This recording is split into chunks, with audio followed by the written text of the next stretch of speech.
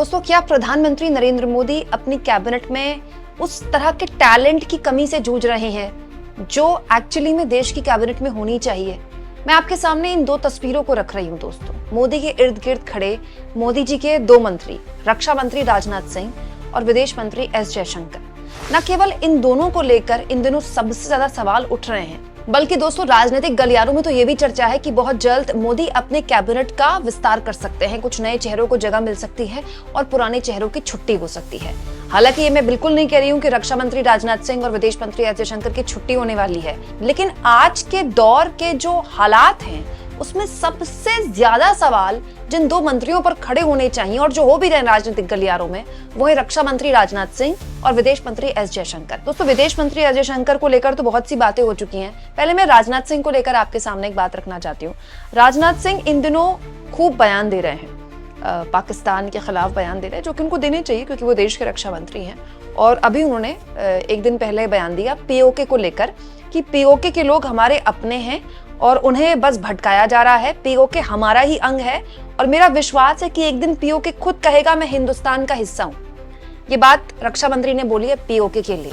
दोस्तों, पीओके को लेकर ना एक अजीब सा कंफ्यूजन सरकार ने पैदा कर दिया है।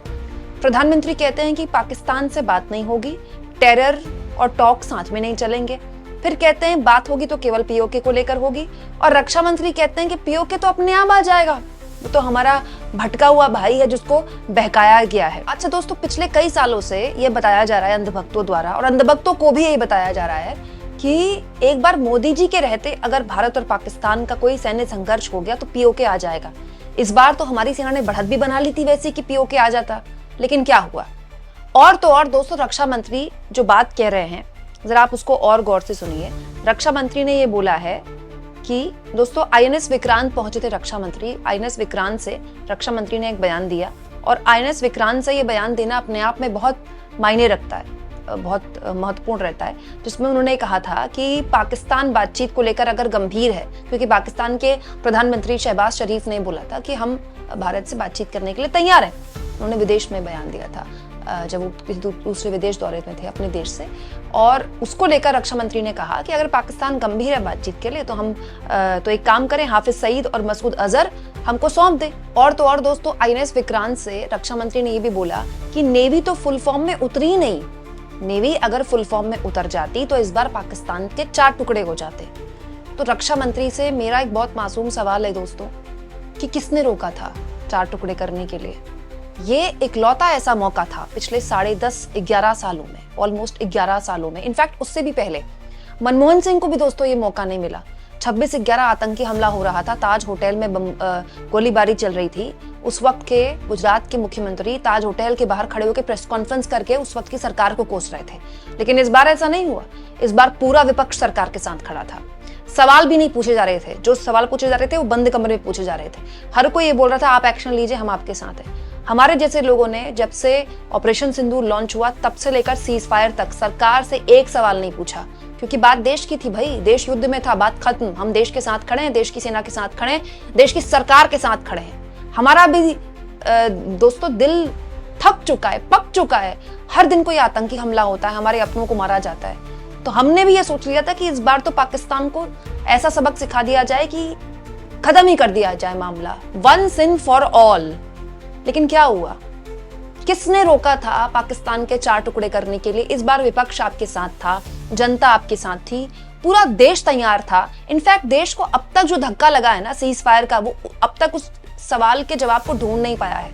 तो रक्षा मंत्री इस तरह के बयान दे रहे हैं, तो क्या ये सूट करता है? और देखिए ऐसे दौर में रक्षा मंत्री इस तरह के बयान दे रहे हैं। किसने रोका था रक्षा मंत्री को पाकिस्तान के 4 टुकड़े करने के लिए?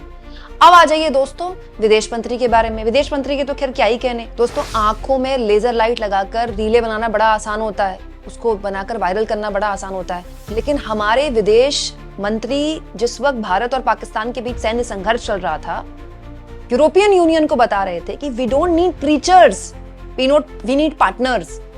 ये एक बहुत ही ऐसा बयान है जो कि डिप्लोमेसी लेवल पर नहीं दिया जाता है। देखिए, डिप्लोमेसी की और विदेश नीति में एक बहुत ही सिंपल बात बोली जाती है कि जो सबसे कम बोलता है ना उसकी बात सबसे गहरी मतलब बोलने वाली जो बातें हैं ना वो कम की जाती हैं, पर्दे के पीछे ज्यादा की जाती हैं बातें। लेकिन हमारे यहाँ क्या हो रहा है, विदेश मंत्री एस जयशंकर के आने के बाद खास तौर पर हेडलाइन खूब बन रही है, विदेश मंत्री ने इस देश को धो दिया, उस देश को धो दिया, उस देश को धो दिया। लेकिन उसका हासिल क्या है? हाल के सालों में विदेश मंत्री जब भी किसी विदेश दौरे पर गए और वहां की मीडिया से उन्होंने बात की, तो वहां के देश की मीडिया के जरिए वो वहां के देश को एक लेसन सिखाने की कोशिश करते हैं। लेकिन यही उद्देश्य होता है क्या रक्षा मंत्री का? रक्षा मंत्री का किसी देश को लेसन सिखाने का मकसद होना चाहिए या उसके देश की मीडिया का इस्तेमाल करके अपनी बात रखने का? दोस्तों, सीज फायर हुए 1 महीने से ऊपर का वक्त हो गया है, लेकिन आज भी CNN हो, फॉक्स हो या जितनी भी बड़ी विदेशी एजेंसियां हैं जो कि दुनिया भर में जिनको सुना जाता है, पढ़ा जाता है, वहां पर हमारे पक्ष को क्या उतनी मजबूती से रखा जा रहा है? क्या रक्षा मंत्री राजनाथ सिंह को इस वक्त विदेशी मीडिया के सामने नहीं होना चाहिए था? क्या एस जयशंकर को इस वक्त विदेशी मीडिया के सामने नहीं होना चाहिए था? एक बड़ा अजीब सा कंफ्यूजन है इस सरकार के साथ। इनको चाहिए कि विदेश की मीडिया इनकी वाहवाही करे। दोस्तों, विदेश की मीडिया अगर सरकार के खिलाफ कुछ छाप दे तो ये बोलते हैं कि इंटरनेशनल साजिश की जा रही है सरकार के खिलाफ, लेकिन इनको विदेश की मीडिया में अपने आप को दिखाना भी है। दोस्तों, मैं कोई कंपैरिजन नहीं करी, भारत और पाकिस्तान का कोई कंपैरिजन नहीं है, लेकिन जिस वक्त ये संघर्ष चल रहा था, पाकिस्तान के सारे मंत्री दुनिया भर के चैनल्स में बैठे थे, हालांकि वो कर भी गुड़गोबर रहे थे, वहां जाकर अपने आप को एक्सपोज कर रहे थे। कोई बोल रहा है सोशल मीडिया के सबूत उठा लो, और किसी ने तो ये स्वीकार कर लिया कि हाँ, हमने अमेरिका के कहने पर भी बहुत सारे डर्टी गेम किए हैं अपने देश में, मतलब खुद स्वीकार कर रहे थे। लेकिन कम से कम वो अवेलेबल तो थे दुनिया भर की मीडिया के आगे। उनका नैरेटिव चला ना चला उस पर हम बात कर सकते हैं, लेकिन वो प्रयास तो कर रहे थे अपना नैरेटिव रखने के लिए। हमारे विदेश मंत्री, हमारे रक्षा मंत्री इस वक्त क्या कर रहे हैं? दोस्तों, एंड ऑफ द डे आपको किसकी जरूरत पड़ रही है? क्योंकि दोस्तों, एंड ऑफ द डे आपको दुनिया भर के बीच जाना है, तो आपको वहां की मीडिया ही चाहिए ना। अब दुनिया भर में जो डेलीगेशंस जा रहे हैं हमारे, वो क्या कर रहे हैं? वो उन देशों में जाके प्रेस कॉन्फ्रेंस ही तो ही कर रहे हैं। शशि थरूर क्या कर रहे हैं? विदेशों में जाकर प्रेस कॉन्फ्रेंस ही तो कर रहे हैं। तो वहां की मीडिया के जरिए तो अपनी बात पहुंचाएंगे, इसमें घबराने वाली क्या बात है? लेकिन बड़ा सवाल यह है दोस्तों कि किसका फेलियर है? रक्षा मंत्री राजनाथ सिंह को अब तक कम से कम नहीं तो दुनिया भर में कम से कम 10 से 12 इंटरव्यूज देने चाहिए थे, और विदेश मंत्री एस जयशंकर के तो खैर हम क्या ही कहें। अब सोचिए क्या हास्यास्पद बात है भाजपाइयों के लिए कि आज उनको विदेशी मामलों में शशि थरूर के भरोसे रहना पड़ रहा है। शशि थरूर को उन्होंने सर पर बैठा रखा है। शशि थरूर जिनके लिए मोदी जी 50 करोड़ की गर्लफ्रेंड बोला करते थे, जिनकी पत्नी के लिए। क्या मतलब ऐसे टैलेंट की कमी आ गई मोदी जी के कैबिनेट में कि उनको कभी शशि थरूर की जरूरत पड़ रही है, कभी अभिषेक बनर्जी की जरूरत पड़ रही है, कभी दूसरे नेताओं की जरूरत पड़ रही है। किसकी वजह से हो रहा है? दोस्तों, ऑपरेशन सिंदूर एक बेहद ही सफल ऑपरेशन था, लेकिन इस ऑपरेशन को लॉन्च करने से पहले क्या डिप्लोमेटिक लेवल पर हमने वो तैयारियां की थी? और अगर की थी तो दिखी क्यों नहीं? और उसके बाद सीज फायर के बाद क्या हमने प्रमुखता से अपनी वो बात दुनिया के आगे वैसे रखी जैसे पाकिस्तान रख पाया? वो कितना सफल हुआ, कितना सफल नहीं हुआ, मैं उस पर चर्चा नहीं कर रही, मैं उसको असफल ही मानती हूँ। लेकिन ये अपने आप में कितनी गलत बात है, भारत के लिए कितना अन्याय है कि हमारी तुलना पाकिस्तान से हो रही है। Can you believe that? तो इससे बड़ी नाकामी इस देश के विदेश मंत्री की नहीं हो सकती। मतलब कोई और सरकार होती तो विदेश मंत्री का इस्तीफा हो जाता इस बात पर। मतलब हमारी तुलना दुनिया भर में पाकिस्तान के साथ हो रही है, जो हाइफनेट कर दिया गया है। पहले भारत और पाकिस्तान बोला जाता था, या भारत और पाकिस्तान बोला भी नहीं जाता था, लेकिन अब भारत हाइफन पाकिस्तान बोला जाता है। दोनों को साथ साथ रख दिया है भैया पूरी दुनिया में। 30 साल लगे पूरी दुनिया को हमको बताने में कि हम एक लोकतांत्रिक देश हैं और वो एक आतंकी मुल्क है। हम दुनिया की सबसे बड़ी इकोनॉमी बनने की तैयारी कर रहे हैं, हम दुनिया के सबसे बड़े लोकतंत्र हैं, हमारे यहाँ डेमोक्रेसी है, हमारे यहाँ हर 5 साल में चुनाव होते हैं। वहां तो कोई सरकार 5 साल का पूरा कार्यकाल भी पूरा नहीं कर पाती है। और हमको अब दुनिया को बताना पड़ रहा है कि देखिए हम विक्टिम है पाकिस्तान के आतंकवाद के। ये हमको डेलीगेशन भेज के बताना पड़ रहा है। और वो जो डेलीगेशन दुनिया भर में जा रहा है, आप जरा इंटरनेशनल मीडिया में उसकी कवरेज खंगालिए। जहां जहां डेलीगेशन गया है वहां उसको कितना इंटरनेशनल मीडिया में कवरेज मिला है, जरा आप खुद पता लगा लीजिए। उसकी चर्चा भारत में तो खूब हो रही है, लेकिन क्या उस देश में उतनी हो रही है जितनी होनी चाहिए? इससे बेहतर अगर मोदी विदेश में जाते, जो कि वो जाते रहते हैं, सबसे ज्यादा विदेश दौरे तो उन्होंने ही किए हैं, वो ज्यादा बेहतर होता।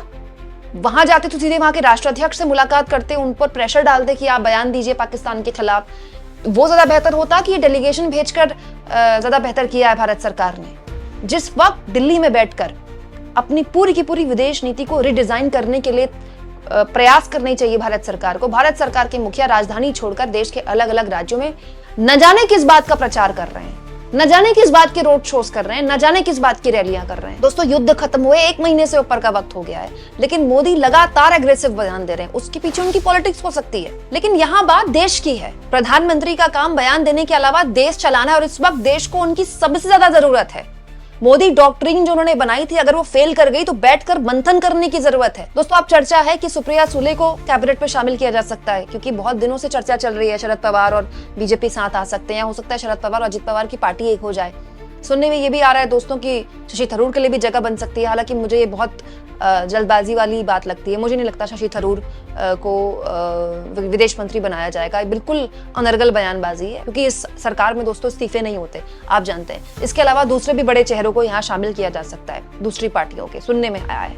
तो अजीब बात है कि दूसरी पार्टियों से टैलेंट लाना पड़ रहा है इस सरकार को। क्या टैलेंट की कमी है क्या इस सरकार में?